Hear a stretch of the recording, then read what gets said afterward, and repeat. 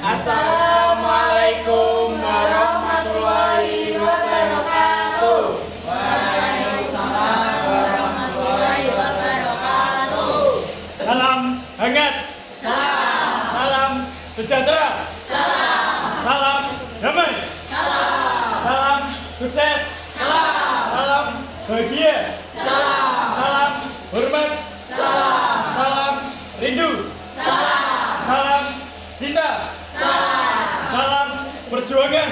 Salam. Salam kebijakan. Salam. Salam persahabatan. Salam. Salam solidaritas. Salam. Salam semangat. Salam. Salam persaudaraan. Salam. Salam kebaikan. Salam. Salam ceria. Salam. Salam kemerdekaan. Salam. Salam penuh kasih. Salam. Salam berkah. Salam. Salam hormat tulus.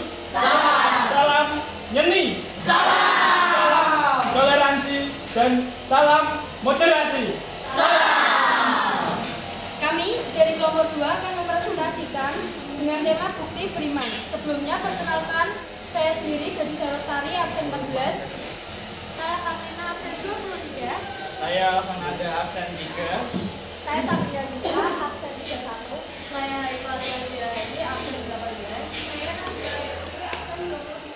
Sebelumnya, iman itu memiliki 63 cabang. Dibagi antara lain yaitu memenuhi janji, mensyukuri nikmat, memelihara lisan dan menutupi aib orang lain.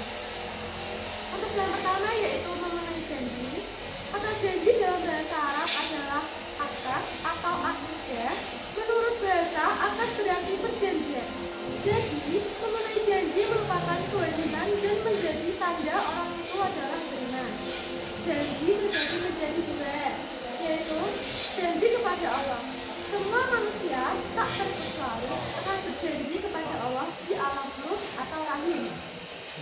Janjinya adalah nanti jika sudah di dunia akan mengimani Allah. Sebagai bentuk janjinya adalah nanti manusia akan beriman dan menjadi hamba yang taat. Lalu yang kedua, janji kepada manusia adalah janji yang sudah disepakati. Yang selanjutnya yaitu contoh menepati janji, yaitu ketika teman memberikan rahasia kepada kita dan bersepakat berjanji, kita harus menutupi rahasia teman itu dan menepati janji kita untuk tidak menyebarkan rahasia. Oke, selanjutnya yang kedua itu ada mensyukuri nikmat.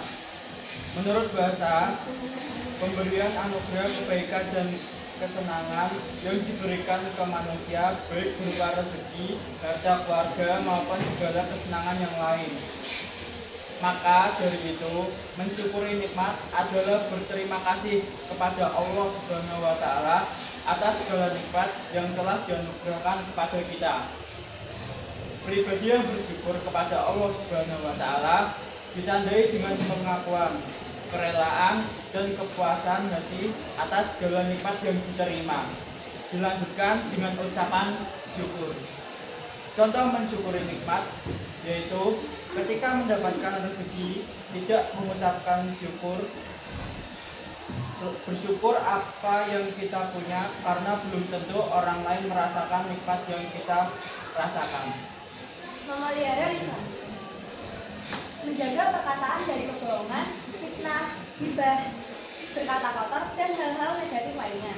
Penggunaan lisan yang tidak pada tempatnya mengakibatkan 3 hal, yaitu gibah dan fitnah. Fitnah, perkataan bohong tanpa berdasarkan kebenaran yang disebarkan dengan maksud menjelekan orang. Gibah, membicarakan orang lain yang tidak adil yang tidak disenanginya. Contoh memelihara lisan, berkata sopan kepada guru, orang tua, dan teman. Menahan diri dari gosip, komentar kasar di media sosial, memberi nasihat dengan kata-kata lembut. Lalu yang selanjutnya ada menutupi aib orang lain. Jadi itu aib merupakan celah, cacat, nista, perilaku nista, ataupun ada juga yang berkata kiasan yang yaitu orang berluka. Jadi siapapun yang misalnya tahu aib seseorang itu kita harusnya menutupi dan menutupi rapat-rapat dan menjaganya. Itu ada 2 macam aib. Yang pertama ada aib zahir. Aib zahir adalah aib yang nampak dan dapat diketahui. diketahui secara lahir jika perhatian betul. Contoh ada cacat pada barang perdagangan baru. Lalu yang kedua ada aib tersembunyi, yaitu aib yang disembunyikan. Contohnya beras yang bisa dicampur antara premium dengan beras biasa semua tidak terlihat. Lalu penerapan yang bisa kita lakukan yaitu jika pernah ada yang berbuat salah, kita tuh sebaiknya menutupi itu juga kayak menyedarkan ke orang lain gitu. Kesimpulannya, seorang pemimpin yang benar-benar iman akan menepati janji, bersyukur akan Tuhan, berkeutamaan dia yang menutupi aib bersama, bersama, keimanan yang dijalankan terjelas dari Baik, sekian presentasi dari kelompok kami. Apakah ada yang mau bertanya? Baik, Uji silakan.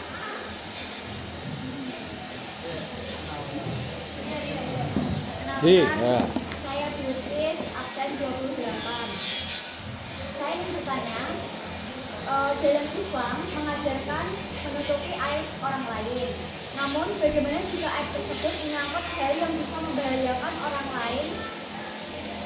Dalam situasi seperti itu, apakah tetap harus ditutupi atau boleh diungkap?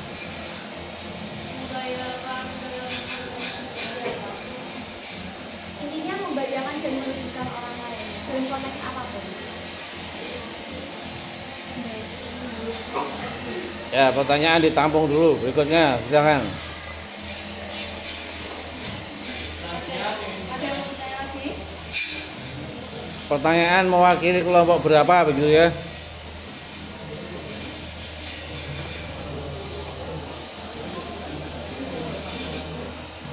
Bagaimana cara kita mensyukuri nikmat Allah dalam kehidupan sehari-hari? Ditampung dulu. Kenalkan, nama saya Eka Putri Rahma dari kelompok 5. Ingin bertanya, apa hubungan antara bukti beriman dengan rasa syukur kepada Allah?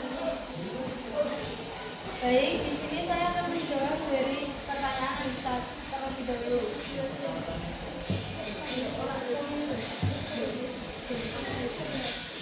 Izinkan saya saja pertanyaan ini.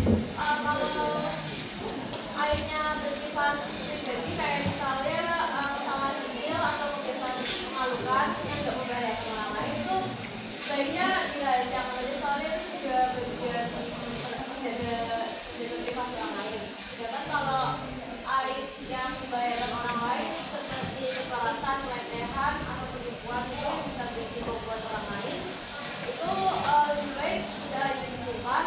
Jadi dalam kondisi ini tuh membuka informasi untuk pihak yang tepat justru bisa jadi tanggung jawab moral supaya orang lain tidak dirugikan. Nah, tapi cara membukanya itu juga penting. Apa tidak menjatuhkan atau mempermalukan, tapi diarahkan pada pihak yang bisa mengambil tindakan supaya dulu orang tua tidak berwenang bukan benar personal.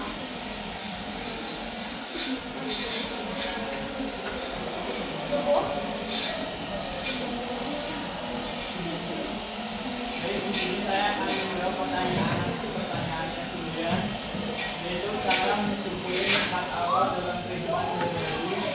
Yang pertama, mengucapkan alhamdulillah. Jadi kalau misal kamu habis berbuat apapun, kamu biasakan mengucapkan alhamdulillah. Misal kamu habis makan, alhamdulillah. Mandi alhamdulillah. Jadi kamu bersyukur kepada Allah. Yang kedua itu menjaga kesehatan itu dengan makan makanan yang halal. Pola makan itu diatur dengan makan yang halal, dan itu jangan lupa juga selalu mengucapkan alhamdulillah. Yang ketiga itu ada beribadah dan ikhlas membaca Al-Quran, yaitu beribadah tepat waktu, tidak bolong-bolong, sama selalu baca Al-Quran. Yang keempat ada menggunakan waktu untuk baik. Jadi waktumu itu sebenarnya yang baik, tidak cuma buat bermain game atau buat kegiatan lainnya, bisa digunakan buat kegiatan yang lebih bermanfaat. Yang kelima, membantu orang lain. Orang lain juga butuh bantuan kita, contohnya kayak yang pondok pesantren Robo itu kita bisa menghubungkan Indonesia atau dengan itu. Betul. Mungkin itu sebenarnya dari saya. Terima kasih. Baik, saya akan menjawab pertanyaan dari Anissa. Tadi kan pertanyaannya cara bersyukur dalam kondisi susah.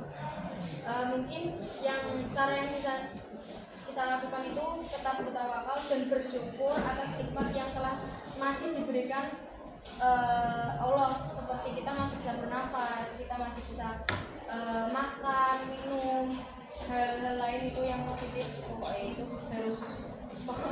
harus bersyukur. Terus kalau dalam kondisi sulit itu kita kan harus bertawakal, harus meminta jalan terbaik kepada Allah. Terus kalau terlampau susah ya kita memang harus berusaha untuk menghadapi masalah itu. Ya, terima kasih. Saya akan menjawab pertanyaannya dari Rama.